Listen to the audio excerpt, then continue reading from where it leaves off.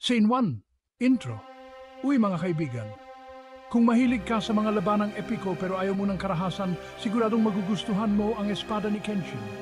Ang Sakabato o baligtad na espada ni Kenshin Himura sa ay puno ng simbolismo at praktikal na gamit. Scene 2. Simbolo ng kapayapaan. Una, ang baligtad na talim ng espada ay sumisimbolo sa pangako ni Kenshin na iwasan ang nakamamatay na puwersa. Desidido siyang pangalagaan ang buhay, kaya gamit niya ang patag na bahagi ng espada para talunin ang mga kalaban nang hindi sila pinapatay. Scene 3. Praktikal na gamit.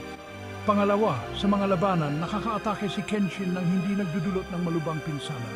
Ipinapakita nito ang kanyang galing at disiplina na ang tunay na lakas ay hindi palaging nangangahulugan ng pagkitil ng buhay. Scene 4. Pagsisisi at pagtubos. Ang espada ni Kenshin ay nagpapaalala rin sa kanyang pagsisisi sa madugo niyang nakaraan.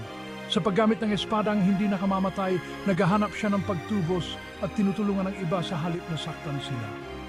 Scene 5. Kakaibang estilo ng pakikipaglaban. Panghuli, may technical na aspeto rin. Ang kakaibang estilo ni Kenshin sa pakikipaglaban gamit ang baligtad na espada ay nagpapakita ng kanyang kahanga-hangang kasanayan. Scene 6. Outro. So, kaya sa susunod na mapanood mo si Kenshin na lumalaban, tanmo ang espada niya hindi lang sandata, isa itong makapangyarihang simbolo ng kapayapaan at pagtubos.